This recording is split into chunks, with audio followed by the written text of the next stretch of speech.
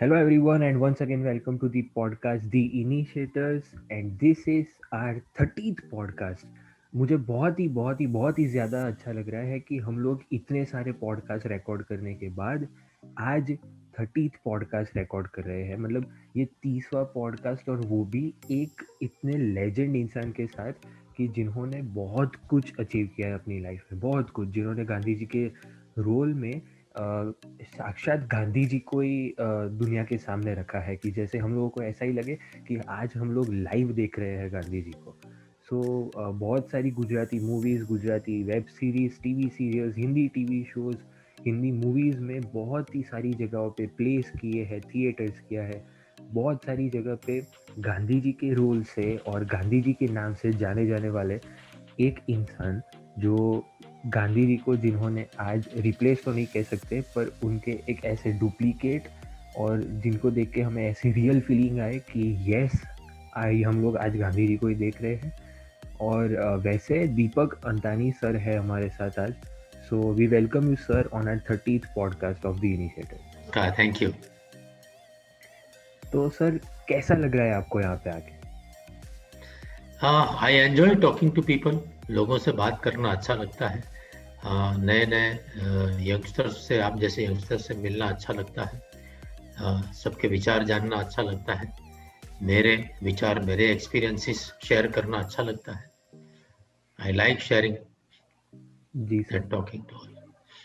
तो नहीं, हम लोग आपका इतने सारी आपकी मूवीज़ और ये सब, मतलब मैंने जब आपके बारे में पढ़ा, जब गूगल किया मैंने, सभी जगह पे देखा, यूट्यूब किया, तो मतलब कैसे ये सब एक शुरुआत होगी ना इसकी, तो मतलब ऐसे ही तो नहीं शुरू होगा आपका ये सफ़र। सो पहला आइडिया क्या था आपका कि मुझे गांधी जी की रोल करना है, तो क्यों करना है? ऐसा था कि मैं थिएटर वगैरह तो कर ही रहा था। मैं एक्चुअली दूरदर्शन में जॉब करता था। 1989 टू 2000 तक मैंने दूरदर्शन में जॉब किया। जी। फिर 2000 to 2002, 2.5 years almost, I was heading ETV programming. उसके बाद में 2002 से मैंने फ्रीलांस काम शुरू किया। 2004 में सरदार वल्लभ भाई पटेल की 125वीं जन्म जयंती थी मेरे ख्याल से। तो उस टाइम पे एक गुजरात संगीत नाटक अकादमी कंपटीशन कर रही थी सरदार पटेल के ऊपर के नाटकों की। तो मैंने एक सरदार पटेल पर नाटक लिखा, सरदार पटेल के बारे में पढ़ा। मैंने और विजय ठक्कर, हम दोनों ने मिलके ये नाटक लिखा। और फिर जब इसका कास्टिंग करने की बारी आई, तो दोस्तों ने बोला कि आपका नाक नक्शा थोड़ा गांधी जी जैसा है, मूछे नाक वगैरह, तो you should do Gandhi. Hmm. So I said I am too young. मैं तो बोला नहीं, आप बहुत सूट होंगे, यू शुड ट्राई इट। सो उस नाटक में कुछ 4-5 सीन्स थे गांधी जी के, तो मैंने गांधी जी किया। और इतना सीरियसली उस वक्त नहीं लिया था, but I did my best. और लोगों को बहुत अच्छा लगा, बहुत सराहा लोगों ने। और वहाँ से मैं पॉपुलर हो गया। और फिर तो बहुत सारा मैंने किया। इतना सारा किया कि मेरा नाम India book of world records में for maximum performances as Gandhi ji है। वाह। मतलब आज तक आपने कितने रोल्स किए होंगे गांधी जी? ओह, बहुत बहुत। मैंने ये सरदार पटेल प्ले किया, हम्म। उसके 25-30 शो किए। युग पुरुष करके एक प्ले श्रीमद राजचंद्र मिशन का था, उसकी एक team I was leading. And उसमें भी मैंने किया, उसके भी करीब 270 शोज किए। अभी मेरा एक नया प्ले चल रहा है हिंदी में, एम के गांधी हाजिर हो, माई सेल्फ एंड मेहुल बूज, वी आर डूइंग इट। वाह। उसके भी शोज अभी चालू है। तो दो नाटक के तो ऑलरेडी सरदार पटेल और एम के गांधी हाजिरों के शोज चालू है। जी। फिल्म्स मैंने की, एक मेरी फिल्म है Gandhi ji my mentor, that is available on Amazon Prime, UK and USA. दूसरी एक हिंदी फिल्म बॉलीवुड की अभी मेरी रिलीज होगी मई जून में, अप्रैल में अनाउंस होगी। उसका 90-95% शूट खत्म हो गया है। और एक फिल्म कस्तूरबा पे बनी है, उसमें मैंने किया है। दिल्ली म्यूजियम है राष्ट्रपति भवन का, नया म्यूजियम 2015 में हुआ। वहाँ पर वॉक विथ गांधी जी करके एक कंसेप्ट है, एक स्पेशल रूम है, उसमें मेरा वर्चुअल वॉक है। जो ऑडियंस देखने के लिए आता है वो मेरे साथ चलता है, ऐसा वाह! वो कंसेप्ट है। जी। राजकोट म्यूजियम में टॉक विथ बापू करके है, तो जो भी विजिटर्स आते हैं वो मेरे साथ क्वेश्चन आंसर करते हैं, मेरे आंसर्स प्री रिकॉर्डेड है। ऐसा एक कंसेप्ट है। अ, जालंधर या पंजाब में कोई एक म्यूजियम है, वहाँ पर मेरी डॉक्यूमेंट्री है, उसमें मेरा एक गांधी जी का सीन है। सो मैनी शॉर्ट फिल्म्स मैंने की है, बहुत सारे जगह पे वॉइसेस दिए हैं। हिंदुस्तान लीवर की ऐड की है, हिंदी सीरियल्स तारक मेहता, बैरिस्टर बाबू, उसमें गांधी जी की एंट्री दो दो एपिसोड में, एक दो दो एपिसोड में थी, वो मैंने वाह! की है। बहुत कुछ अपकमिंग है, तो सो मेनी थिंग्स। कुछ चीज़ें मुझे भी शायद याद नहीं होगी, इतना सारा मैंने किया है। जी।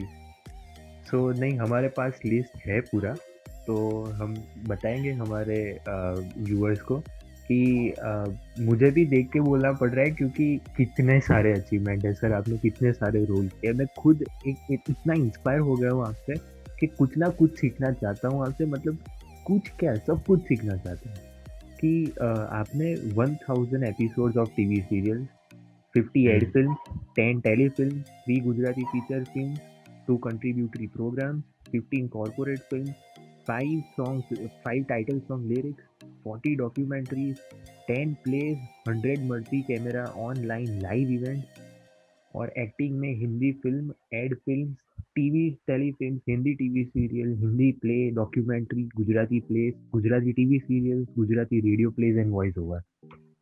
मतलब सर इतना सत्संग दंडवत है आपको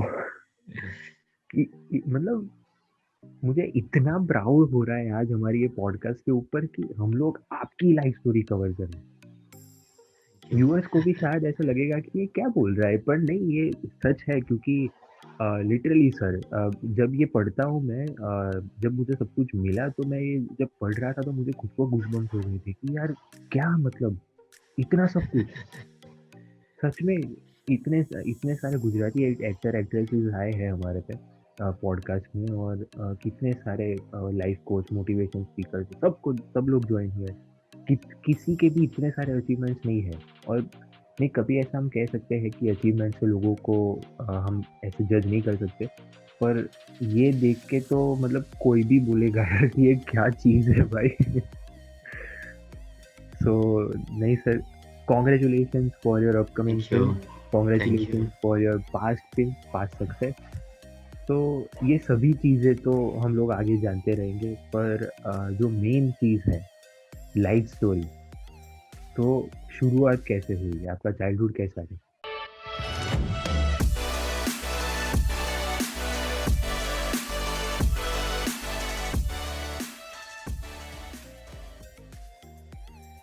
मेरा जन्म भूज कच्छ में हुआ।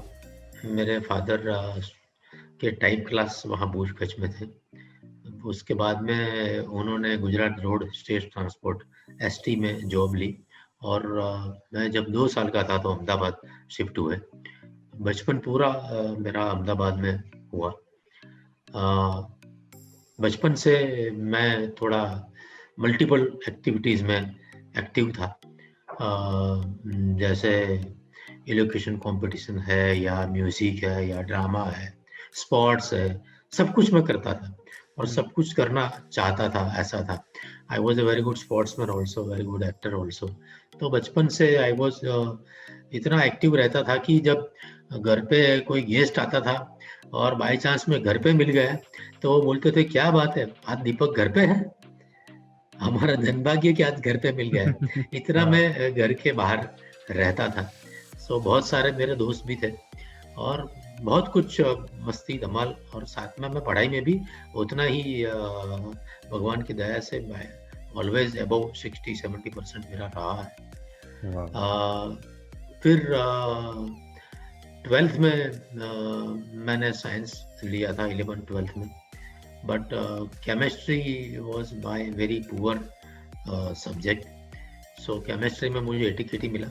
सो मेरा ओवरऑल परसेंटेज बहुत कम आया, तो फिर I did diploma in electrical engineering. वो करने के बाद भी मुझे IPCL में बड़ौदा में जॉब मिली। तो जॉब करते समय मुझे ऐसा लगा कि this is not my forte, I am not suitable for this job. ये वेरी मोनोटोनस लाइफ है। रोज स्टाफ बस में आना, रोज कार्ड पंच करना, रोज रूटीन जॉब्स करना, और वही रूटीन टॉपिक्स कलीग्स के साथ बातों के रहते थे जी। कि सैलरी क्या, इन्वेस्टमेंट क्या, क्रिकेट क्या, पॉलिटिक्स क्या, कुछ मतलब नया नहीं हो रहा था। तो आई वॉज गेटिंग बोर्ड, और मुझे लगा कि मुझे कुछ अलग करना है। और मेरा टैलेंट तो ये था ही। मैंने कॉलेज वगैरह में सब जगह पे ड्रामा और म्यूजिक वगैरह में बहुत पार्टिसिपेट किया था। जी। तो ढूंढते ढूंढते पता चला कि मैंने 12th की एग्जाम के पहले एक माई मैन मूवमेंट का वर्कशॉप किया था, अवंतीलाल चावला प्रोफेसर का। तो जी। मुझे याद आया कि हाँ, he is a professor in music college Baroda performing arts. So I approached performing arts. Admission चल रहे थे। मैं चावला साहब को मिला, उन्होंने मुझे थोड़ा तैयार किया, and I got admission in part time course in dramatics. So I did my degree in dramatics while I was working in IPCL. So job के साथ मैंने ड्रामा का डिग्री किया, और वाह। बेस्ड ऑन दैट मुझे दूरदर्शन में जॉब मिल गई। पर उस टाइम पे मुझे पता नहीं था कि दूरदर्शन में जॉब करने से इट्स ए कैमरा के पीछे का जॉब है। We can not have front of camera में नहीं आ सकते हैं, एक्टिंग नहीं कर सकते हैं। हालांकि जी। मैंने उस टाइम पे कुछ सीरियल्स में एक्टिंग की थी। I was be high grade artist in इसरो डेकू का चैनल चल रहा था उस टाइम पे। उसमें मैंने थोड़ा बहुत काम किया था एज एन एक्टर। दूरदर्शन की एक दो सीरियल्स उस वक्त शुरू ही हुई थी, कोने हती ये भी खबर वगैरह, उसमें जी। मैंने एक्टिंग किया था, कुछ प्लेस में एक्टिंग किया था। बट जॉब में आने के बाद मेरा एक्टिंग से डायरेक्शन और स्क्रिप्ट राइटिंग और एडिटिंग वगैरह बहुत कुछ मुझे दूरदर्शन में सीखने मिला, लाइव ऑनलाइन वगैरह। वाह। और फॉर्चुनेटली मेरे जो मेंटर्स थे वो अलग अलग डिपार्टमेंट के एक्सपर्ट मेंटर्स थे, तो मुझे बहुत कुछ सीखने को मिला। बट 8-10 साल के बाद वहाँ पर भी मुझे ऐसा लगा कि अभी बहुत हो गया, मुझे जो कुछ सीखना था वो मैंने सीख लिया। नाउ मुझे बाहर निकलना चाहिए। वैसे भी मैं दूरदर्शन में रह के भी बाहर बहुत कुछ करता था बिना नाम का। जी। तो फिर ETV चैनल से मुझे ऑफर आया, मैंने अप्लाई किया था और मेरा सिलेक्शन हुआ। ऑफर इतना कुछ अट्रैक्टिव नहीं था। तो मैंने उनको बोला कि नहीं नहीं, आप जो ऑफर कर रहे हो उतना तो मैं यहाँ वैसे ही कमा रहा हूँ, और this is secure job, central government की जॉब है, तो ये पेंशनेबल जॉब मैं कैसे छोड़ूंगा। आप मुझे कोई असाइनमेंट दे दो, मैं कोई सीरियल वगैरह आपके चैनल पे करूँगा। फिर उन्होंने मुझे सोचने के लिए 2 दिन दिया। मैंने भी दोस्तों वगैरह से पूछा कि भी ऐसा मुझे ऑफर मिला है एज अ प्रोग्रामिंग हेड, नया चैनल शुरू हो रहा है, प्राइवेट चैनल, उसमें ज्वाइन करने को। और Ramoji Rao head of the institution, और बहुत बड़ा रामोजी फिल्म सिटी हैदराबाद में है। यस। जी। सो मुझे लगा कि इतना बड़ा इंफ्रास्ट्रक्चर में काम करने को मिलेगा तो मज़ा तो आएगा ही। हम्म। फिर उनके GM थे मिस्टर बाप्पी नायडू जी, उन्होंने मुझे समझाया कि देखो, आपको हम काम देंगे तो आप टेबल के सामने की बाजू बैठेंगे, लेकिन अगर आप चैनल ज्वाइन करेंगे तो you will be designing a new channel, hmm. और it's a great experience. You will be the first recruit of the channel. बाकी का स्टाफ रिक्रूटमेंट से लेके पूरा सेटअप आपको खड़ा करना है। So it's a great learning for you. और आप टेबल के इस साइड रहोगे, और बड़े बड़े प्रोड्यूसर्स वगैरह आपके सामने की टेबल पे आएंगे। हम्म। सो मैंने मेरी वाइफ से और दोस्तों से डिस्कस किया कि क्या करना चाहिए, गवर्नमेंट जॉब छोड़ देना चाहिए या नहीं छोड़ना चाहिए। सो अल्टीमेटली आई डिसाइडेड कि यार चलो कुछ नया करने को मिलता है। सो मैंने रिस्क लिया और सेंट्रल गवर्नमेंट का जॉब रिजाइन कर दिया। अर्थक्वेक भूज का जो था 2000 में, वो मेरा लास्ट कवर दूरदर्शन में था। 7 days I was with Doordarshan team at Bhuj Kutch. So वो करने के बाद I left Doordarshan and join ETV Gujarati, और 2 साल बहुत ही अच्छा एक्सपीरियंस मुझे मिला। मुझे इंटरव्यू में रामोजी राव ने खुद इंटरव्यू मेरा लिया था, और उन्होंने मुझे पूछा कि what do you want. So I said कि सर मुझे और कुछ नहीं, पर क्रिएटिव फ्रीडम चाहिए। क्रिएटिव इंटरफियरेंस होगा तो काम करने का मजा नहीं आएगा। एंड ही सेड कि दिया, you have all the freedom to select your team, design your concepts or program. Wow. और वो जो मेरे 2 साल रहे, that was the best 2 years of my life. मैंने बहुत नए नए प्रोग्राम्स डिजाइन किए और बहुत सक्सेसफुल रहा।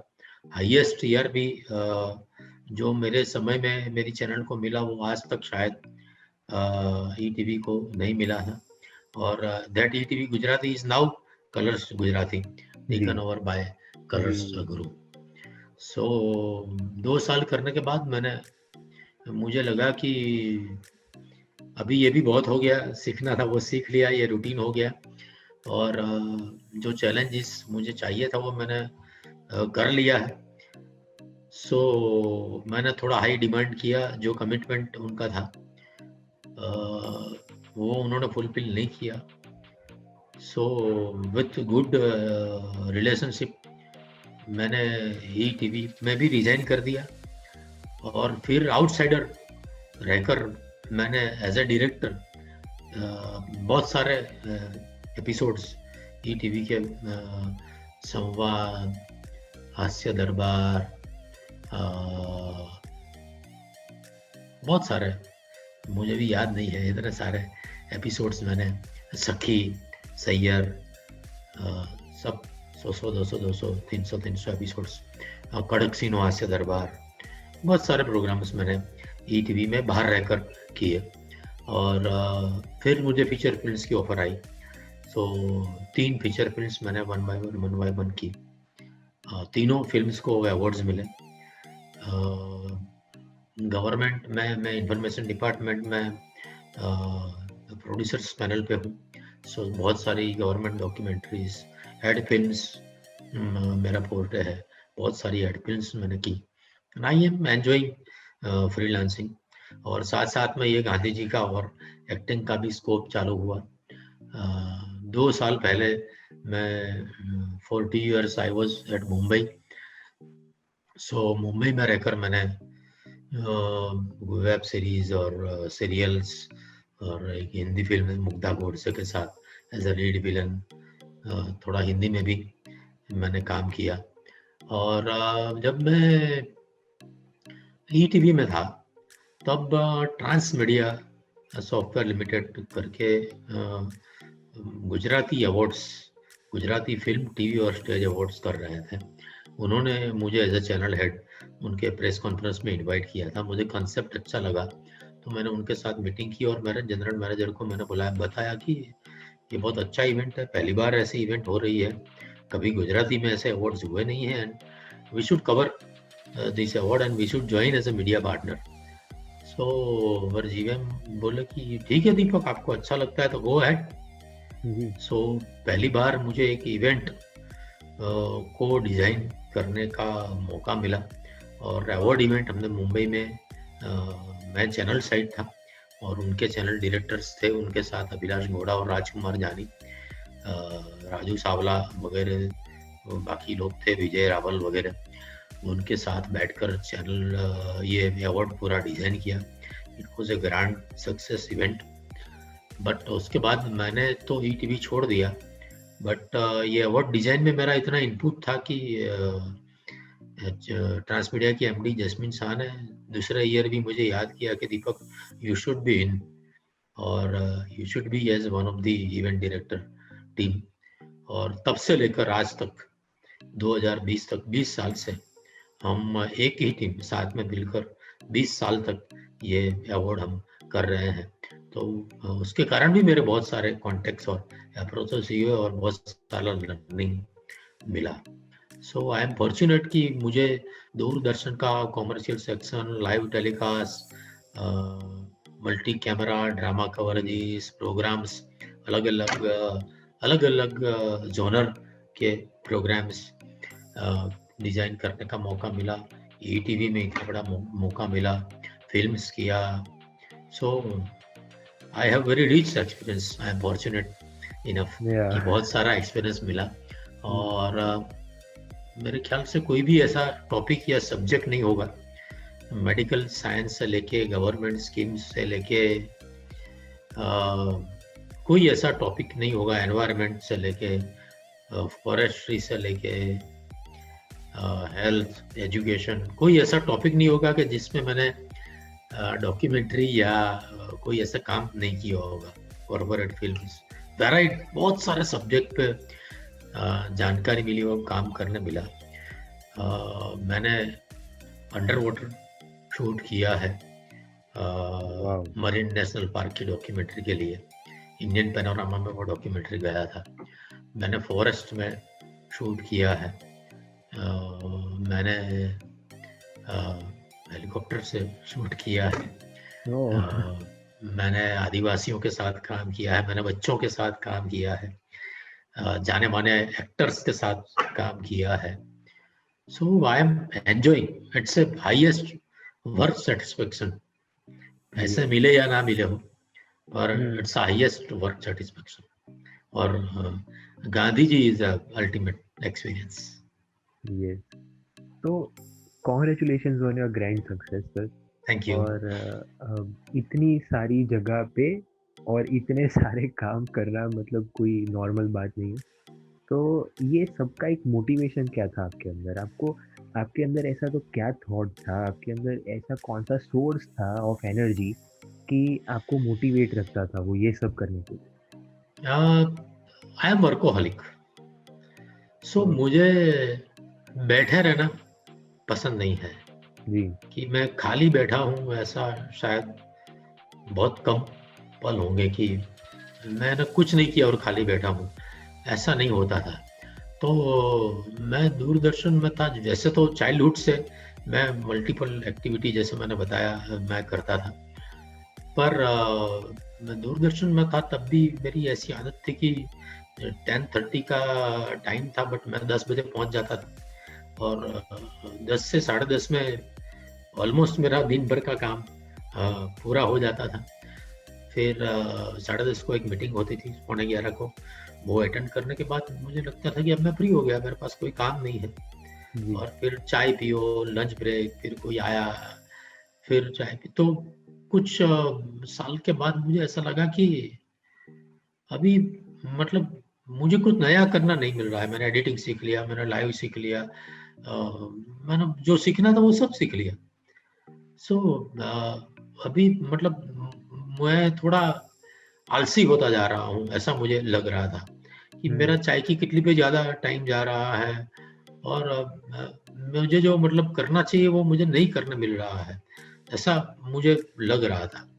वैसे मैं आउटसाइड भी बहुत सारा काम करता था, बट फिर भी मुझे ऐसा लगता था कि मेरे पोटेंशियल के हिसाब से मुझे जो करना चाहिए वो नहीं मिल रहा है। So I should go to Mumbai और I should try something else. और ऐसे करते करते मुझे ईटीवी मिल गया। तो उसमें तो it was a great challenge और it was very hectic 2 years. So बहुत कुछ नया मैंने उधर भी किया। बहुत सारे नए नए कंसेप्ट्स किया, बहुत सारे लोगों को मिलने को मिला। सो और मैं कभी भी नया चैलेंज लेने में कभी भी मैंने हिचकिचाहट नहीं हुआ या मैं घबराया नहीं। मुझे मेरी पहली फिल्म मिली जी। तब वो 35mm के फॉर्मेट पे थी। सो 35mm फॉर्मेट से मैं इतना जानकार नहीं था। सो it was a big challenge कि मुझे ये करना चाहिए नहीं करना चाहिए। हालांकि मैंने एक आध डॉक्यूमेंट्री 2 डॉक्यूमेंट्री ये फॉर्मेट पे की थी, दूसरों के लिए, दूसरों के साथ एज असिस्टेंट डायरेक्टर, और एक आध ऐड फिल्म वगैरह मैंने ये फॉर्मेट में किया था। सो ज़्यादा जानकारी और ज़्यादा कॉन्फिडेंस नहीं था। सो मुझे लगा कि ये मुझे करना चाहिए या नहीं करना चाहिए, बट मैंने उस टाइम पे मना नहीं किया। सो मैंने बोला हाँ लेट्स डू इट, मैं करूँगा। और फॉर्चुनेटली उनका जो सिनेमाटोग्राफर था, he was a very senior cinematographer, Randev Bhaduri, Rita Bhaduri के भाई। और वो उस टाइम पे करीब 100-150 फिल्म्स और एड फिल्म्स कर चुके थे बहुत सारी। सो ही वाज वेरी सीनियर। सो मुझे लगा कि चलो ये साथ में होंगे तो इनसे बहुत कुछ सीखने को मिलेगा, और अगर मैंने कुछ गलती की तो ये संभाल लेंगे। But it was a great responsibility.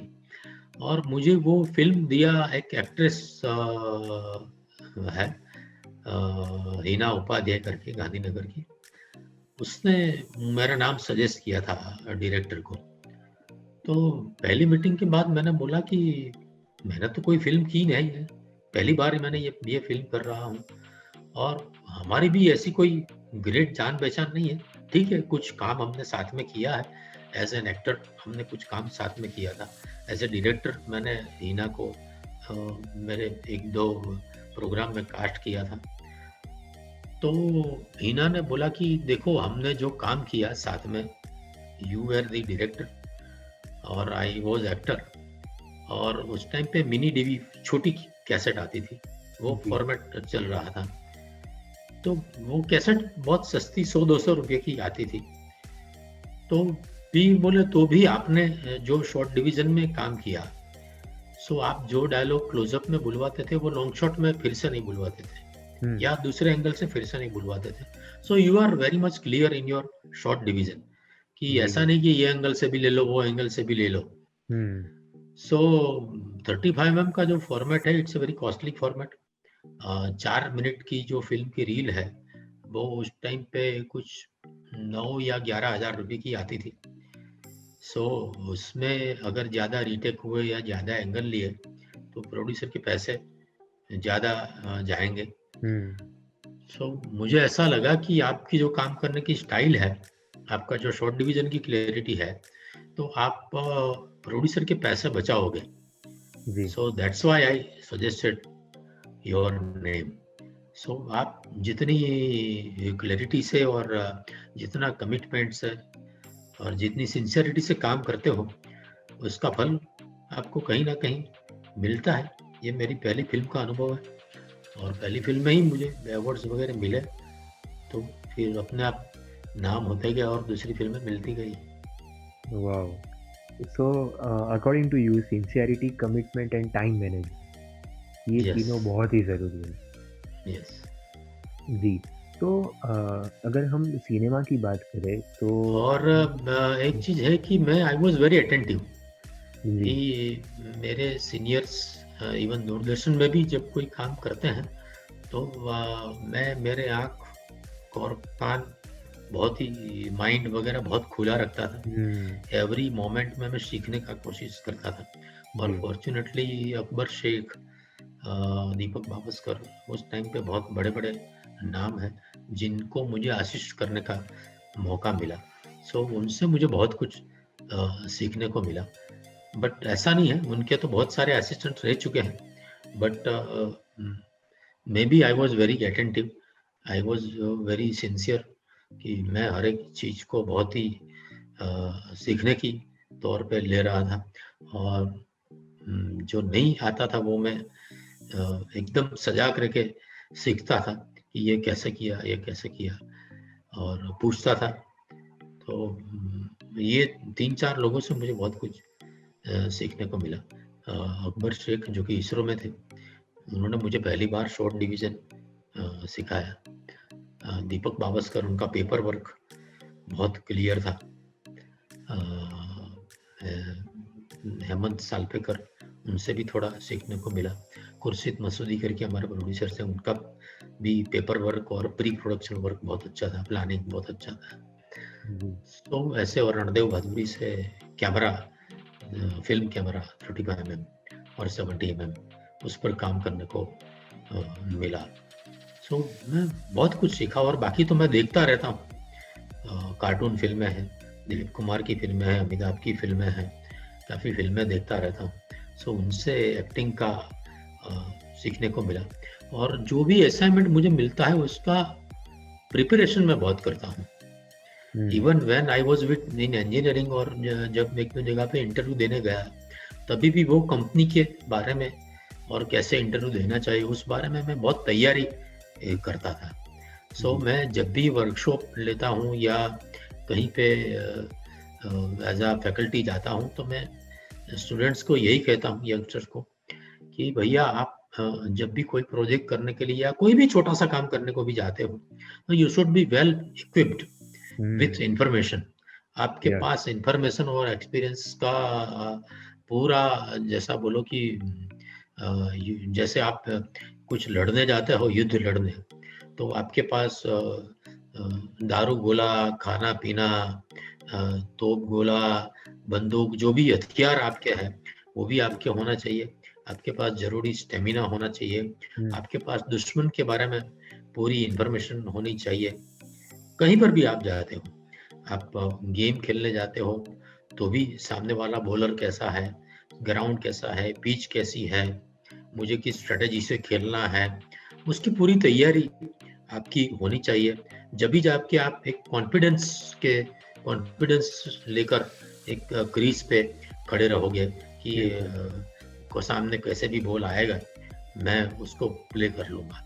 So preparation is must और लर्निंग इज मस्ट। सो ये एक मेरा बहुत ही बड़ा अप्रोच रहा है। जी जी जी। तो हमने आपके माइंडसेट की, आपके थॉट्स की भी तो बात करी, पर एक जो चीज़ सभी लोगों के पीछे, सभी सक्सेसफुल लोगों के पीछे होती है, वो है अपने नज़दीकी जो होता है लोग, वो। तो इतने ग्रैंड सक्सेस के पीछे आपकी फैमिली का सपोर्ट कैसा रहा है?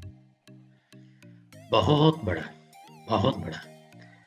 फैमिली का सपोर्ट नहीं होता तो मैं ये नहीं कर सकता था, जी। क्योंकि मैंने जब फ्रीलांस शुरू किया 2002 में, उसके बाद ऐसा नहीं है कि रोज काम मिलता है।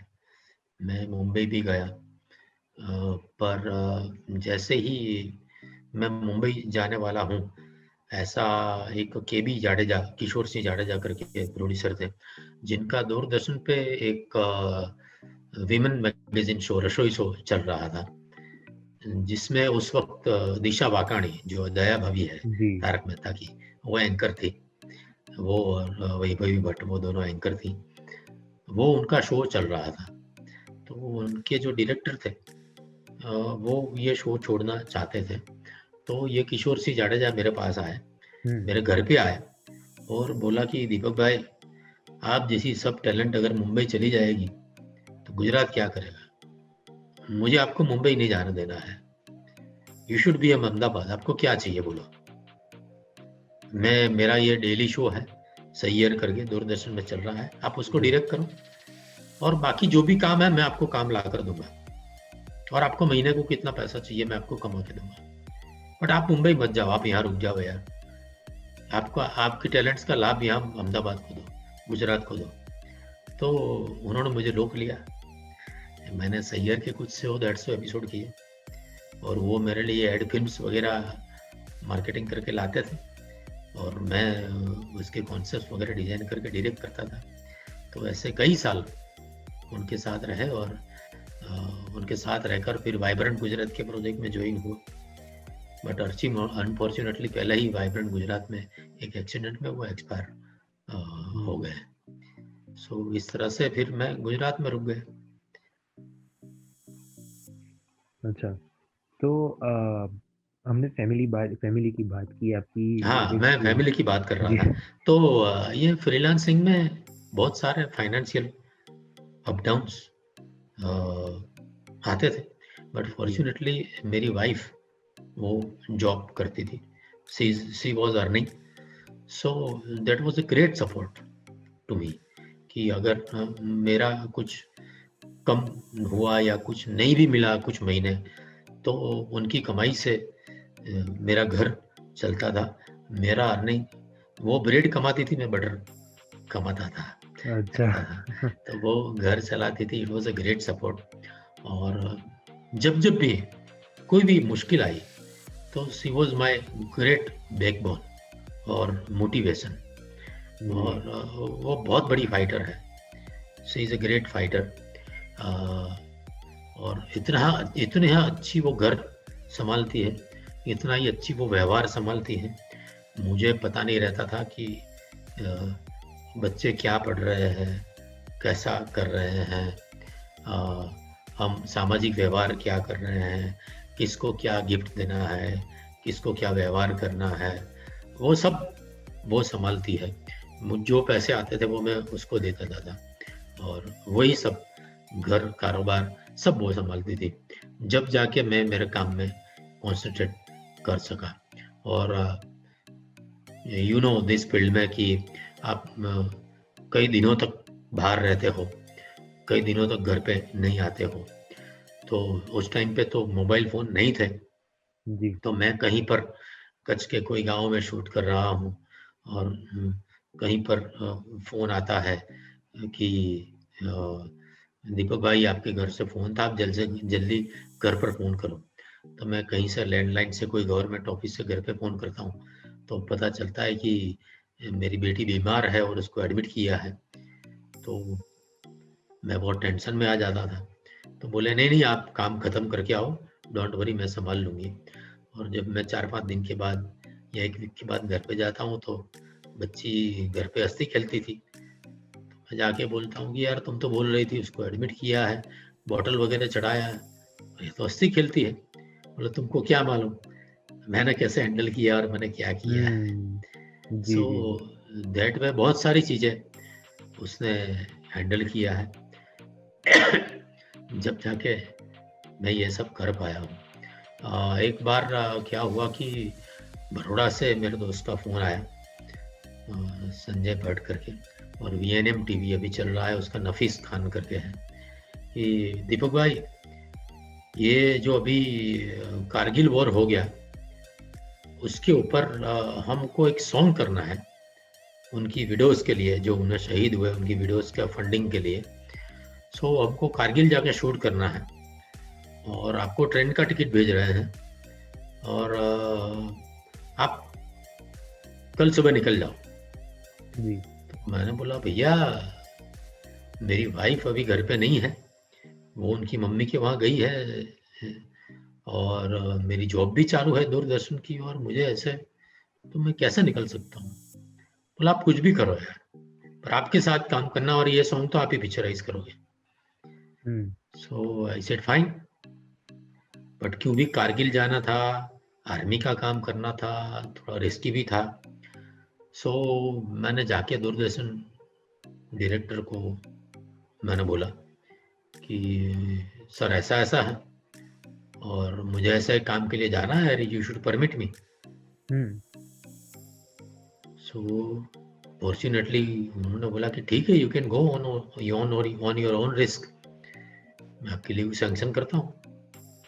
तो उन्होंने मेरा लीव सैंक्शन कर दिया।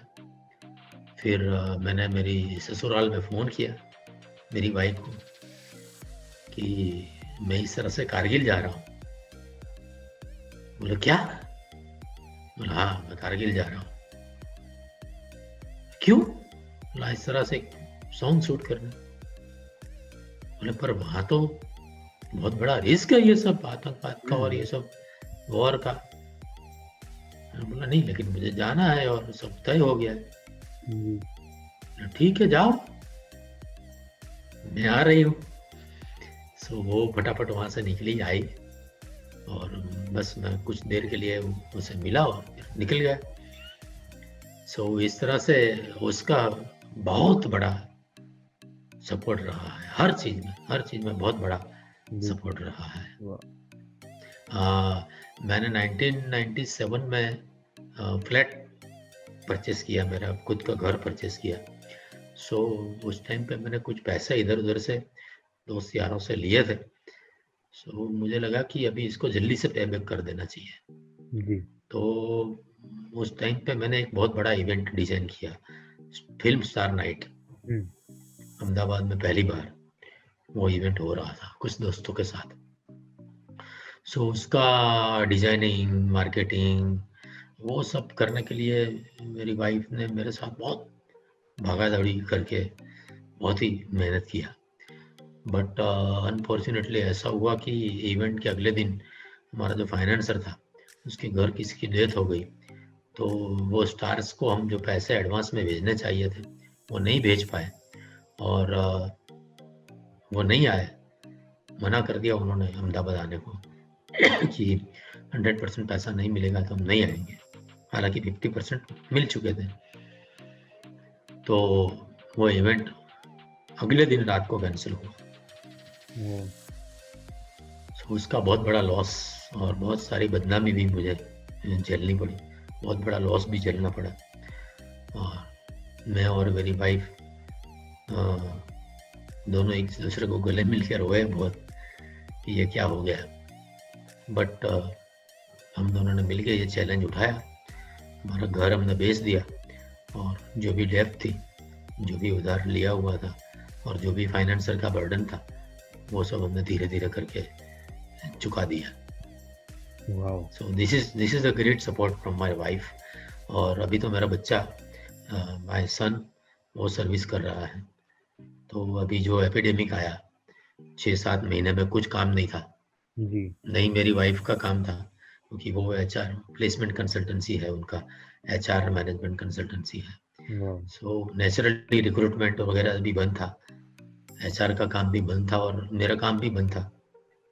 सो शायद अभी तक last almost since last 1 year मेरे बेटे की सैलरी से घर चल रहा है। So they are my great support.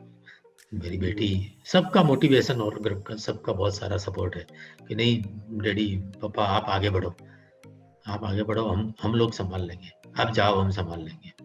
महीना महीना 2-2 महीना, अभी मैंने ये मेरी हिंदी फिल्म का शूट किया सितंबर महीने में। Hmm, so it was a corona period, बहुत रिस्क था। जी, जी, पर सब तैयारी उन्होंने, सब जो भी प्रिकॉशंस लेने थे वो मैंने लिए और 2 महीना फिल्म का शूट किया। एक एड फिल्म का भी शूट किया 2 दिन के लिए। सो दे ऑलवेज मोटिवेट मी। उनका सपोर्ट है तो मैं ये सब करता हूँ कि भाई चलो वो सब संभाल लेंगे, मुझे घर के लिए कुछ देखना नहीं है। I am just focusing on career और काम। ये, और उन्होंने कोई ऐसा डिमांड कभी नहीं किया कि हम्म, हमको ये चाहिए वो चाहिए। जो हम्म, भी था, जैसा भी था या जैसा भी है, उसमें जो भी स्ट्रगल है वो लोग संभाल रहे हैं। वाह। तो हमने फैमिली का सपोर्ट भी देखा, आपकी लाइफ स्टोरी भी सुनी।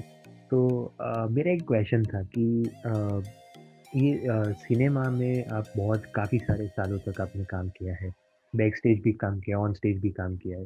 तो इन केस हम बैक स्टेज का एक्सपीरियंस जानना चाहे, तो आपने जब स्टार्ट किया सिनेमा में कि एज अ बैक स्टेज वो प्रोड्यूसर, डायरेक्टर, असिस्टेंट डायरेक्टर, तो वह तब वो कैसा था और आज उसमें कैसा चेंज? हाँ जी, बहुत बड़ा चेंज है।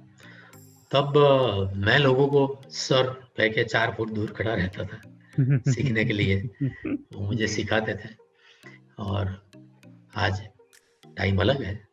आज मैं डायरेक्ट करता हूँ, मैं लिखता हूँ कई जी, सालों से, और बहुत सारे लोग मेरे से सीखते हैं, मुझे आशीष करते हैं, मेरे पास काम मांगने आते हैं।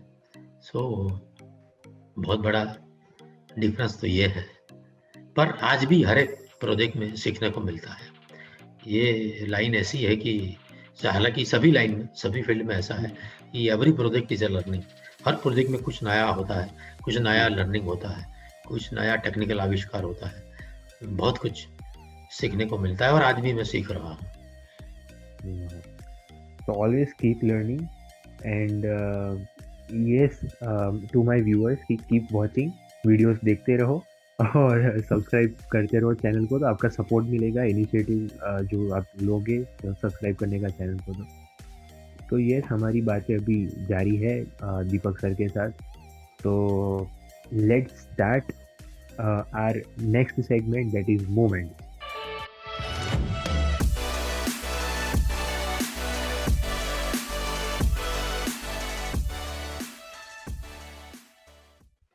तो मोमेंट्स एक सेगमेंट है सर की जिसमें हम लोग 3 टाइप की मोमेंट्स डिस्कस करते हैं कि फर्स्ट होती है आपकी happiest moment, second saddest moment of your life and third your biggest initiative.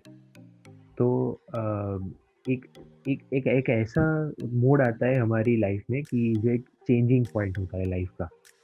तो ये हमारे 30 पॉडकास्ट से हम ये एक नया सेगमेंट के अंदर एक नई चीज़ ऐड कर रहे हैं जो है changing point of your life और या turning point of your life.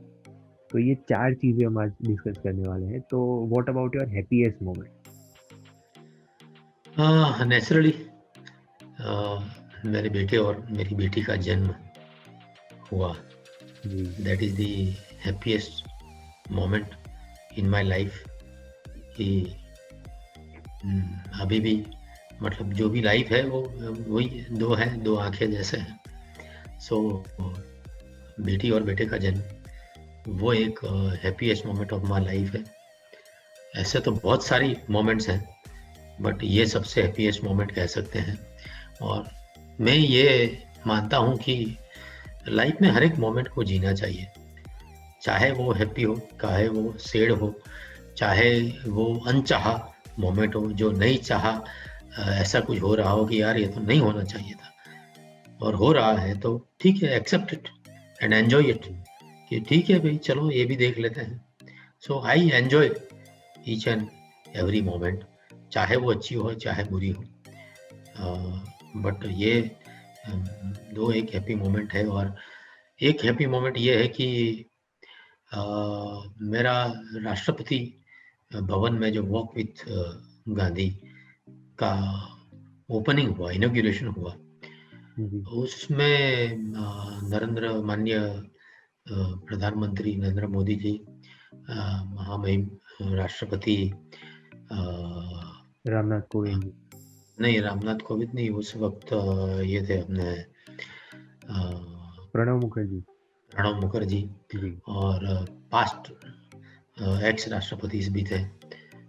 वो लोग ने इनॉग्रेशन किया जब वो म्यूजियम का, तो ये वॉक विथ गांधी के रूम में जब आए और उनका जो उस वक्त का जो मोमेंट था वो स्टिल फोटोग्राफ मैंने बड़ा करवाया है, जिसमें मेरे साथ मोदी जी है, प्रणब मुखर्जी है और बाकी सब पास्ट राष्ट्रपति वगैरह है।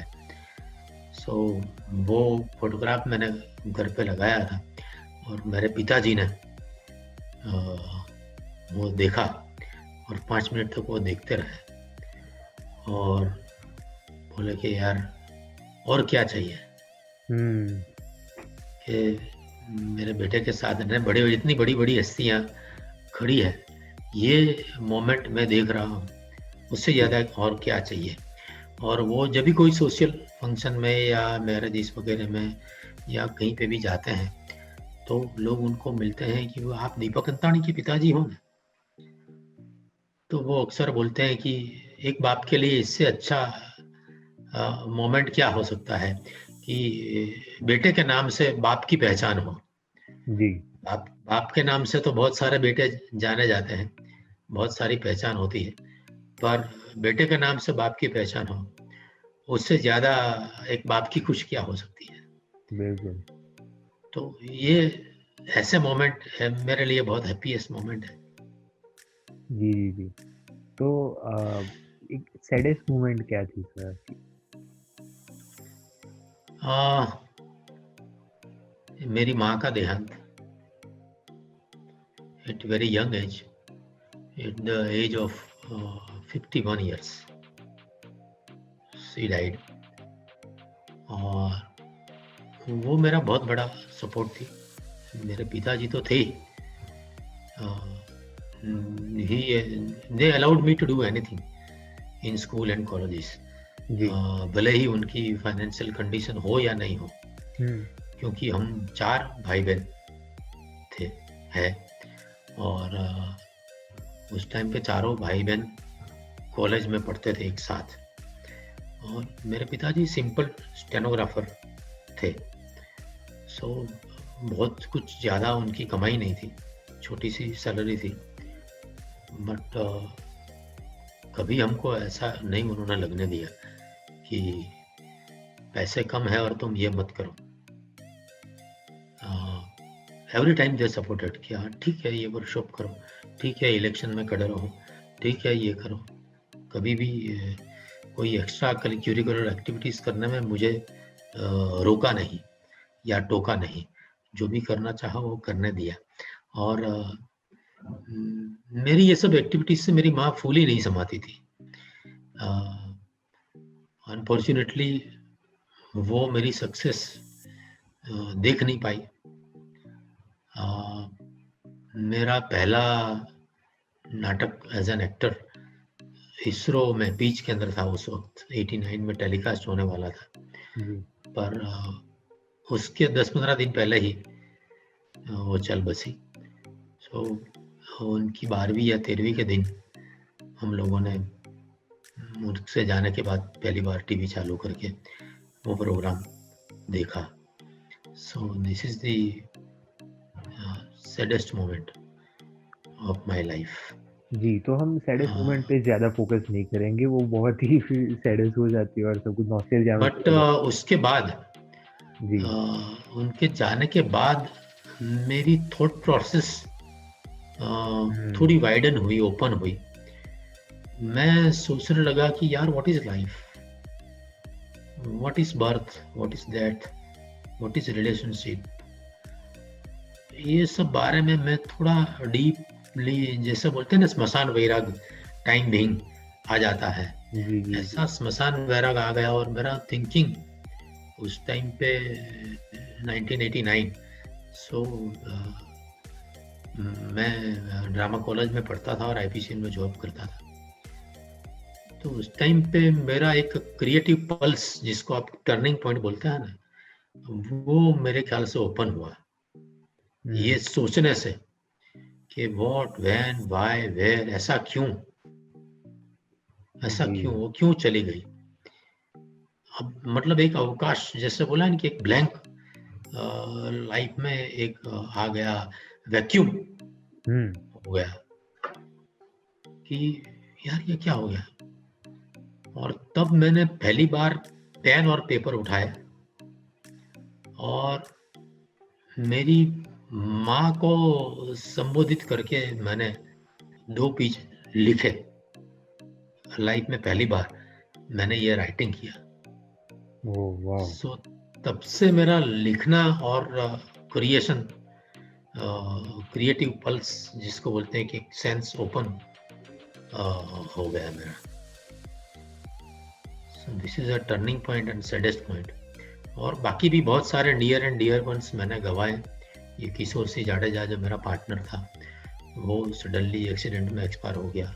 अकबर शेख जिनसे मैं सीखा, वो भी सडनली अटैक में एक्सपायर हो गया। मेरी कजिन सिस्टर जो मेरे से बहुत नज़दीक थी, दामिनी बेन अंतानी, वो एक्सपायर हो गई। बहुत सारे नियर एंड डियर वंस, बहुत, हर हर कोई गवाता है, मैंने भी गवाए। सो नेचुरली वो सैडेस्ट मोमेंट रहता है। Yeah, I'm so sorry for all that things, but yes, over to our next thing, that is your biggest initiative. तो इतने सारे लॉस से गुजरने के बाद, इतनी हैप्पीएस्ट मोमेंट्स को एन्जॉय भी करने के बाद, एक बड़ा-सा इनिशिएटिव कौन-सा लिया आपने लाइफ में? मैं सोचता हूँ कि अभी तक मैंने कोई इनिशिएटिव लिया नहीं है। पर ऑफ कोर्स 2 साल पहले जब गांधी जी की 150वीं जन्म जयंती पूरा विश्व मना रहा था, तब मैं मुंबई शिफ्ट हुआ था। तो नेचुरली मैं काम ढूंढ रहा था। मैं वहाँ पर, क्योंकि गुजरात में मुझे बहुत सारे लोग जानते हैं, तो मुझे ज़्यादा मार्केटिंग करने की ज़रूरत नहीं पड़ती थी। बट मुंबई जाने के बाद अ, ठीक है, लोग मुझे जानते थे, बट जी। जितना गुजरात में पॉपुलर हूँ इतना मुंबई में नहीं हूँ। तो ऑडिशंस वगैरह दे रहा था। तो उस वक्त मुझे लगा कि मुझे गांधी जी पर कुछ नया, कुछ अलग करना चाहिए, जो कंट्रीब्यूटरी हो, जिसका कुछ वर्थ हो, ऐसा कुछ मुझे करना चाहिए। सो पढ़ते पढ़ते, रिसर्च करते करते, ढूंढते ढूंढते मैंने पहले एक वन एक प्ले लिखा गांधी जी के 3 बंदरों के ऊपर, कि 3 बंदर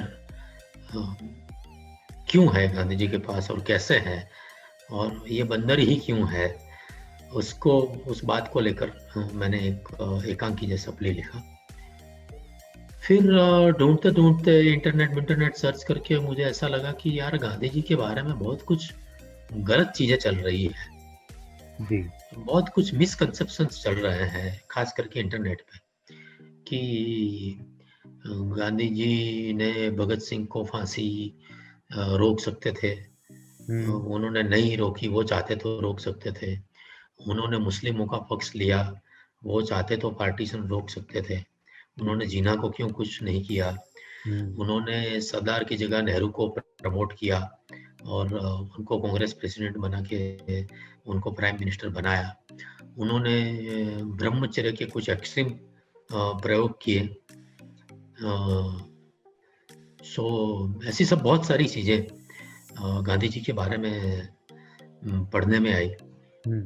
तो मुझे लगा कि यार ये गलत है, ये उसका दुष्प्रचार हो रहा है, और जब भी कोई नेगेटिव चीज होती है तो उसमें काफी लोग जुड़ जाते हैं उसको फॉलो करने के लिए और उसको जल्दी मान लेते हैं। तो फिर मैंने ये सब के बारे में पढ़ना शुरू किया, संशोधन किया, और मैंने फिर एक प्ले लिखा, M.K. गांधी हाजिर हो। और आपकी अदालत की तरह गांधी जी अदालत में आते हैं और ये जो भी मिसकंसेप्शन है वो सभी सवाल के जवाब देते हैं जी। और ये स्क्रिप्ट लिखने के बाद मुझे लगा कि अभी ये ऑथेंटिक है कि नहीं, ये लोग एक्सेप्ट करेंगे कि नहीं। ये बहुत डेलिकेट सब्जेक्ट है, गांधी जी के बारे में कुछ बोलना या लिखना या कहना। सो मैंने तुषार गांधी, गांधी जी के प्रपौत्र है, जो ग्रैंड सन के भी सन है, जी जी जी। उनको मैंने अप्रोच किया और उनको मैंने बोला कि मैंने एक ऐसा स्क्रिप्ट लिखा है, सो आप उसको पढ़कर आपको कैसा लगा, सजेशन देंगे। सो ही इनवाइटेड मी, उनके घर पे मैं गया, उन्होंने मेरे सामने पूरा स्क्रिप्ट मेरे सामने बैठ के पढ़ा वर्ड टू वर्ड। उनको बहुत अच्छा लगा, 2-4 माइनर सजेशंस और करेक्शंस उन्होंने किए। उसी टाइम पे मैंने वो करेक्शंस इम्प्लीमेंट किए उनके सामने ही, और उन्होंने कहा कि दीपक ये प्ले होना ही चाहिए, इसका परफॉर्मेंस होना ही चाहिए। सो ये स्क्रिप्ट लेके मैं बहुत जगह पे घूमा, बहुत प्रोड्यूसर्स ढूंढने के लिए, इसको इसके पर फिल्म बनाने के लिए और उसका नाटक करने के लिए, पर थोड़ा असफल रहा। जल्दी से किसके दिमाग में, सबको सब्जेक्ट अच्छा लगता था पर कुछ क्लिक नहीं हुआ और टाइम बहुत निकलता जा रहा था। तो फिर मेरे 2 नज़दीकी दोस्त हैं, सुनील कुमार सुधार और राजकुमार जानी, उनको मैंने बोला कि भी देखो गांधी जी की 150वीं जन्म जयंती निकलती जा रही है, 2 अक्टूबर आ रहा है, और ये 2 अक्टूबर से पहले अगर इस स्क्रिप्ट को लॉन्च नहीं किया तो फिर इसका कोई वैल्यू नहीं है। तो उन्होंने बोला कि यार ये स्क्रिप्ट पढ़ते हैं। तो एक रफीक पठान करके मेरा दोस्त है, जो बहुत अच्छा डायरेक्टर है, उनको राजकुमार जानी बहुत मानते हैं, तो उनके सामने और 2-4 लोगों के सामने मैंने ये स्क्रिप्ट पढ़कर सुनाया। तो उन्होंने बोला कि यार ये तो सोने की लकड़ी है और ये तो करना चाहिए यार, चलो हम पैसे डालते हैं, कोई कॉम्प्रोमाइज नहीं करता है। और सुनील कुमार और राजकुमार जानी ने इसको प्ले बनाने के लिए पैसे डाले और बोला कि दीपक इसका एडवोकेट का रोल कौन करेगा। मैं बोला अहमदाबाद से कोई एक्टर मेरे ध्यान में नहीं आ रहा है, आपको मुंबई से मेहुल बूच को बुलाना चाहिए। बोले ठीक है। सो मेहुल बूच का अप्रोच किया, मेहुल बूच को बुलाया और ये प्ले हमने किया। करने से पहले भी थोड़ा डाउट था, तो हमने गुजरात विद्यापीठ के वाइस चांसलर हैं, उनको स्क्रिप्ट पढ़ने के लिए दिया। सो ही ऑल्सो अप्रूव कि नहीं यार ये तो बहुत अच्छा है, ये होना चाहिए। दूसरे एक राजेंद्र खीमाणी करके है जिन्होंने गांधीयन थॉट्स पे पीएचडी किया है, उनको स्क्रिप्ट पढ़ने दी। उन्होंने भी ये स्क्रिप्ट अप्रूव किया और उसका पहला शो हमने नरेंद्र मोदी जी का जन्मदिन 17 सितंबर को किया और सबने इतना सराहा, इतना उसको वेलकम मिला, इतना उसका अच्छा प्रतिभाव मिला।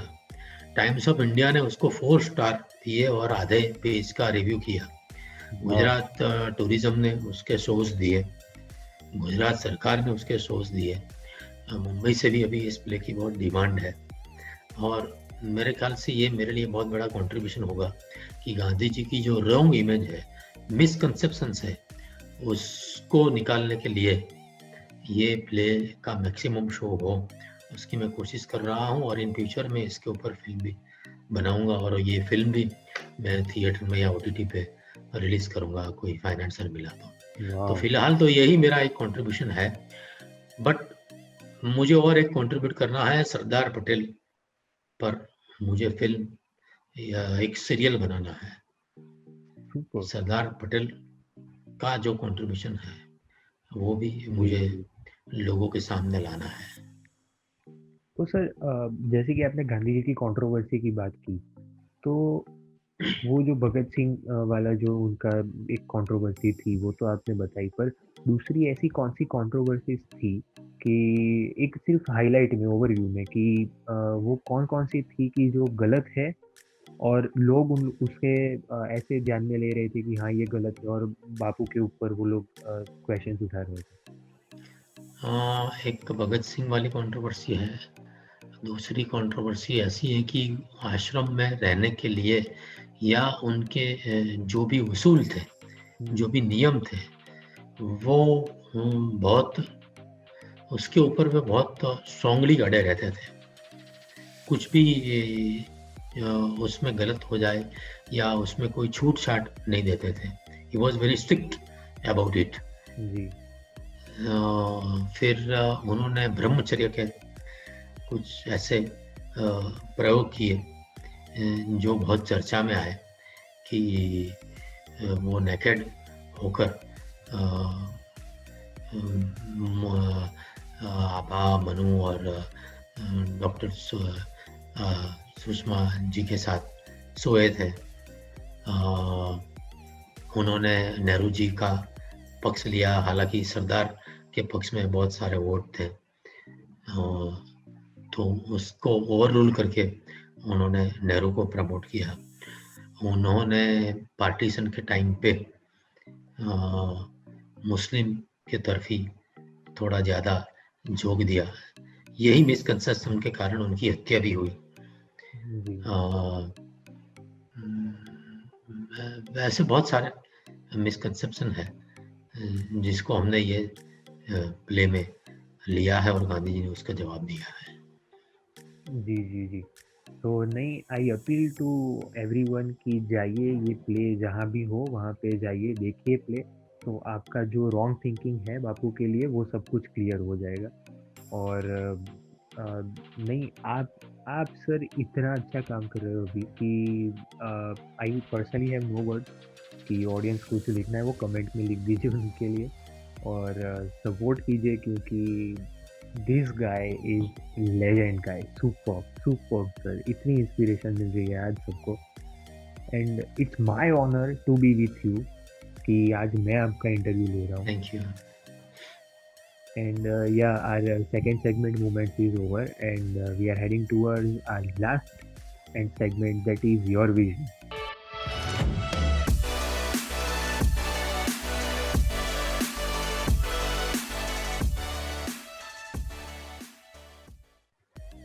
तो आपका आगे विजन क्या है कि क्या करना है और आपको?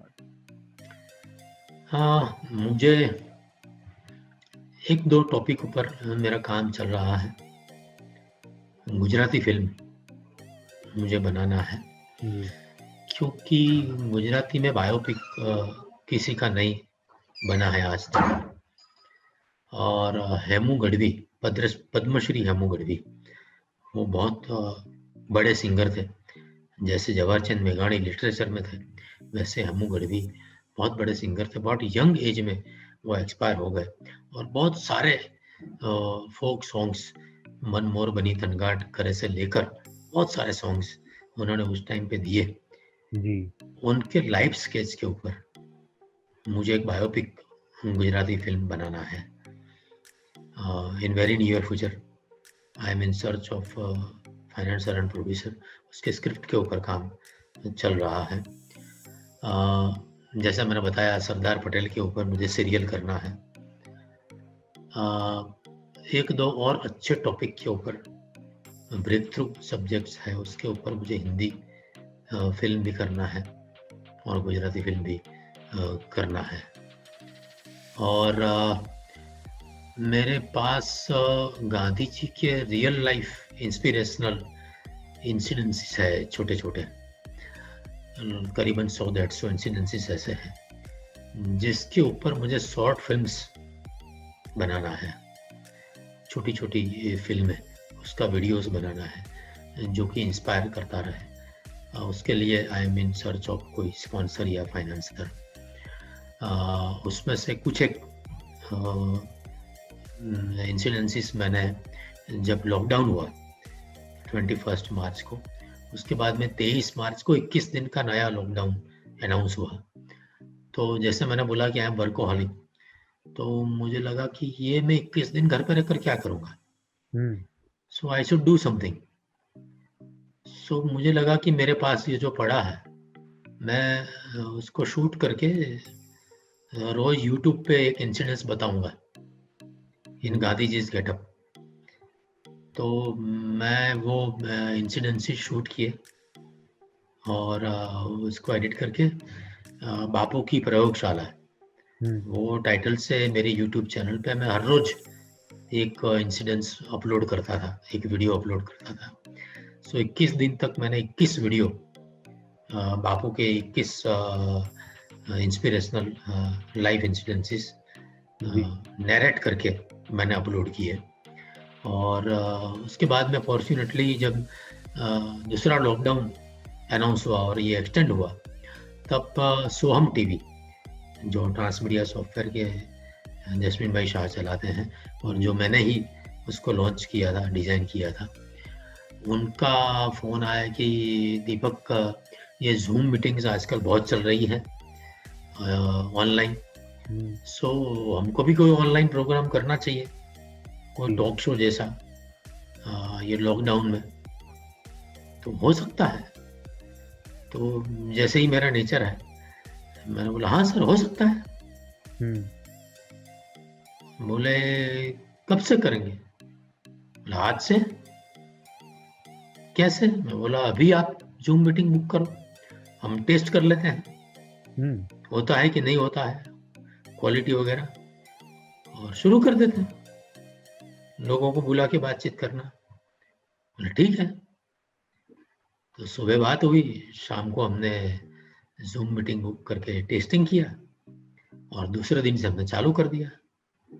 तो हर रोज 3 अलग अलग फील्ड के लोगों से मैं बात करता था, कभी कोई फाइनेंस के फील्ड से, कभी कोई होटलियर और रेस्टोरेंट, कभी कोई डॉक्टर्स, कभी कोई कोरोना पेशेंट, कभी कोई आर्टिस्ट, कभी कोई पोएट। सो ऐसे हमने 75 डेज तक पूरा लॉकडाउन हर रोज एक episode I was anchoring, lineup करता था और 1 घंटा बात करता था। तो लॉकडाउन के 75 डेज, अगेन 21 डेज में मैंने ये किया और बाकी के 75 डेज में मैंने हर रोज एक एपिसोड, हर रोज 3 लोगों के साथ बातचीत किया, बड़े बड़े लोगों के साथ बातचीत किया। सो मेरे लिए वो भी बहुत लकी लॉकडाउन रहा कि 75 डेज में मैंने 225 लोगों के साथ बातचीत की, अलग अलग फील्ड के। सो मुझे बहुत कुछ जानने को मिला। सो आई एम फॉर्चुनेट इनफ कि मेरा लॉकडाउन बहुत एक्टिव रहा। बिल्कुल। और मैं भी बहुत ही फॉर्चुनेट हूँ कि एक इंटरव्यूअर का इंटरव्यू आज मैं ले रहा हूँ। जी, तो यस, ये था हमारा 30th पॉडकास्ट, 30वां पॉडकास्ट। बहुत ही हमने इनिशिएटिव शुरू किया था, और उसके बाद जैसे आपके जैसे बहुत ही सारे इनिशिएटर्स वॉलंटरीली ज्वाइन होते गए हमारे साथ, और हम लोग ऐसे पॉडकास्ट करते गए। So yes, to my audience, कि जिसको भी ऐसा लग रहा है कि we are monetising our podcast, कि हम गेस्ट को बुलाते हैं पैसा देके, मैं पैसा देता हूँ, नहीं, ऐसा नहीं है। This is a non monetary podcast. जिसको आना हो, जब भी आना हो, आ सकते हैं। And for that you have to email us on wetheinitiators@gmail.com, और you can DM us on Instagram. So yes, जिन्होंने यूट्यूब चैनल सब्सक्राइब नहीं की है, कर लो, क्योंकि आगे भी बहुत ही सारे पॉडकास्ट आने वाले हैं। और हमारे पॉडकास्ट आप सुन भी सकते हैं स्पॉटिफाई पे, एंकर पॉडकास्ट पे, ब्रेकर पे, गूगल पॉडकास्ट, एप्पल पॉडकास्ट जैसे 7 अलग अलग प्लेटफॉर्म्स पे।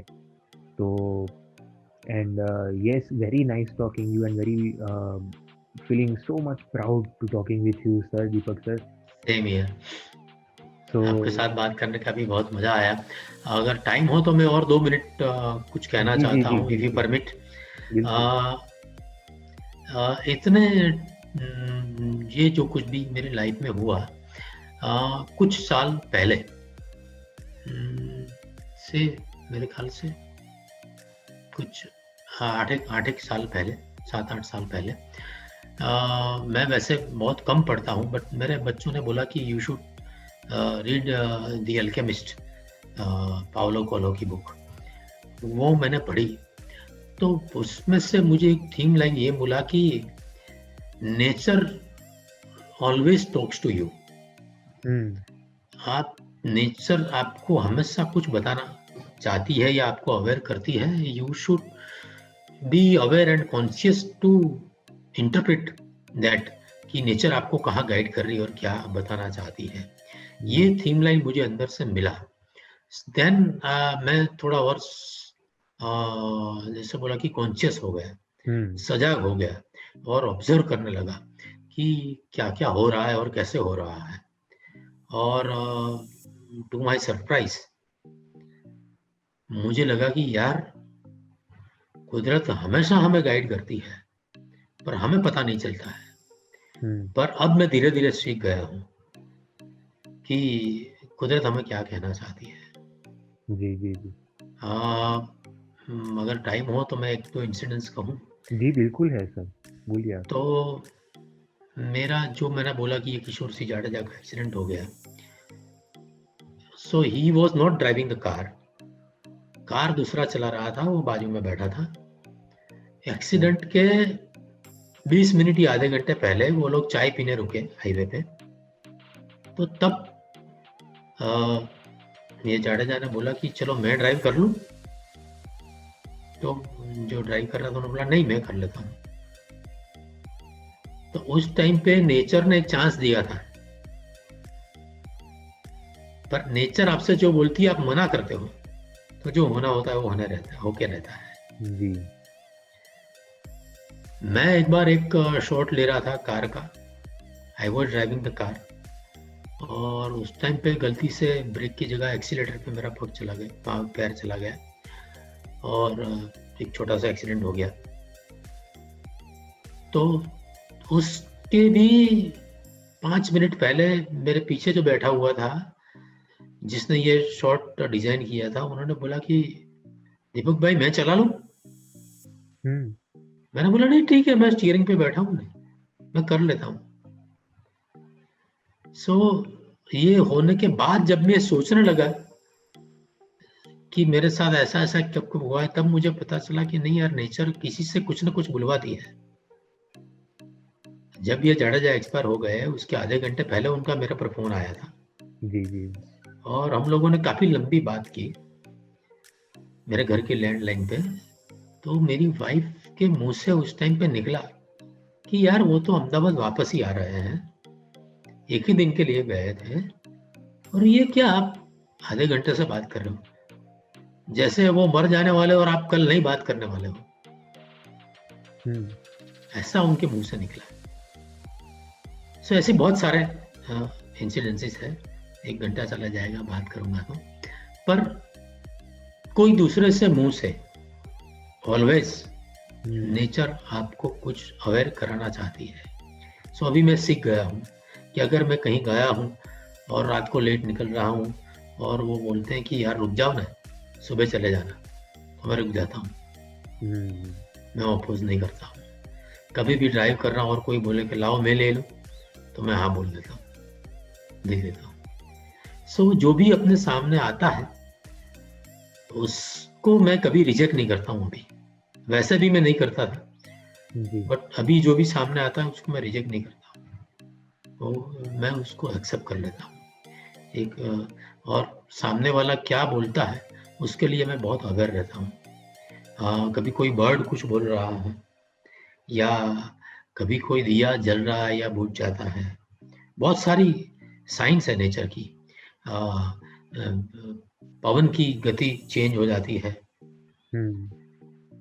तो आपको डिसीजन लेने के टाइम पे 101% क्रिटिकल डिसीजन लेने के टाइम पे यू शुड सी कि नेचर आपको क्या कह रही है या किसी ने आपको क्या कहा है, किसी के मुंह से अपनी नेचर आपको क्या कहना चाहती है। ये मैं सीख गया हूँ और उसका बहुत बड़ा बेनिफिट है। कुछ लोग तो अभी ऐसे ही टेकन फॉर ग्रांटेड ही ले लेते हैं कि यार क्या यार तू गाड़ी चला रहा है, मैं चलाऊं, तुझे नहीं आता मैं चला लेता हूँ। फिर जैसे कि आपने बोला कि दिया बुझ जाता है, तो ये तो अंधविश्वास है यार, इसमें क्या, दिया तो बुझेगा ही ना कभी ना। मतलब ऐसे ही सीरियसली नहीं लेते वो लोग, पर कुछ साइंस होती है जैसा आपने बोला हो। हाँ, और मुझे वो याद आता है जैसे अमिताभ बच्चन ऑलवेज बताता है कि मन का हुआ तो अच्छा है, लेकिन मन का नहीं हुआ तो और भी अच्छा है, क्योंकि तब तुम्हारे मन का नहीं ईश्वर की इच्छा का होने वाला होता है। सो मैं वो सीख गया हूँ, तो इसलिए अगर कुछ अनएक्सपेक्टेड होता है या जो चाहा है वो नहीं होता है, तो अभी मुझे बहुत ज़्यादा दुख नहीं होता है या असर नहीं होती है। ऐसा समझता हूँ कि चलो मैंने चाहा वो नहीं हुआ तो ईश्वर ने चाहा वो होने वाला होता है, तो ईश्वर तो कभी बुरा चाहता ही नहीं है। बिल्कुल, हाँ। जी जी सॉरी, जी। मैंने ज़्यादा टाइम लिया, ओवर टाइम अरे ले कोई लिया। बात नहीं सर, ये आप ही का पॉडकास्ट है, जितना बोलना आप बोल सकते हैं, जितनी देर तक बोलना। तो कोई टाइम लिमिट्स नहीं है, ये सब कुछ आपके ऊपर है, आपको जितना बोला। और मैं इधर ही बैठा हूँ, मैं सुन रहा हूँ, लोग भी वहाँ बैठे हैं, नहीं वो नहीं, लोग दैट्स आपको सुन। That's fine, that's fine. जी। So nice of you. तो बहुत ही ज़्यादा अच्छा लगा सर। और एक ऐसी लाइफ स्टोरी, ऐसी मोमेंट्स, ऐसा विजन जो आज तक आई थिंक कभी भी किसी ने नहीं सुना है, वो आज हमारे पॉडकास्ट के थ्रू हम लोग आप तक पहुंचा रहे हैं। जो कि है ऑनरेबल, मिस्टर नहीं लगाऊंगा सर, आज मैं लगाऊंगा ऑनरेबल दीपक अंतानी सर का, जो है actor, director, writer thank you. And TV channel consultant. So very superly proud talking to you sir, and बस और तो कोई वर्ड्स नहीं है मेरे साथ, पर थैंक यू सो नहीं मच। नहीं, thank you very much, thank you very much. तुम्हारे साथ बात करने की बहुत मज़ा आई। तुम्हारे सेगमेंट वगैरह बहुत अच्छे डिज़ाइन किए हुए हैं, एंड आई विश कि द इनिशिएटर्स पॉडकास्ट बहुत सारे लोग देखें और थैंक यू। आपकी ये यात्रा अविरत चलती रहे और आप अच्छे अच्छे लोगों से बात करो, लोगों को मोटिवेट करते रहो। Thank you. जी जी जी sir, thank you so much for joining with us today. And yes, once again audience, आप लोगों को तो मैं नहीं छोड़ूंगा, चैनल तो सब्सक्राइब करनी ही पड़ेगी आप लोगों को। और सभी जगह पे जब आप सुन रहे हैं तो सुनिए ऐसी लाइफ स्टोरीज को और ऐसे इनिशिएटिव्स को, कि जिससे आप भी इंस्पायर हो, आप भी लोगों को इंस्पायर करते रहे, और लोगों को इंस्पायर करने के लिए आप भी ऐसे पॉडकास्ट बनाते रहे। तो जैसे कि मैंने पहले बताया, आप लोग ईमेल कर सकते हैं या फिर हमें मैसेज कर सकते हैं। तो thank you so much once again for joining with us on our 30th podcast, and जय हिंद।